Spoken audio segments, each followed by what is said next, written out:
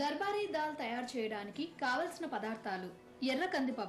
కందిపప్పు, పెసరపప్పు, టమాటాలు, ఉల్లిపాయలు, కరివేపాకు, ధనియాలు, పెరుగు, నెయ్యి, ఫ్రెష్ క్రీమ్, కారం, ఉప్పు, అల్లం వెల్లుల్లి పేస్ట్, పసుపు, జీలకర్ర,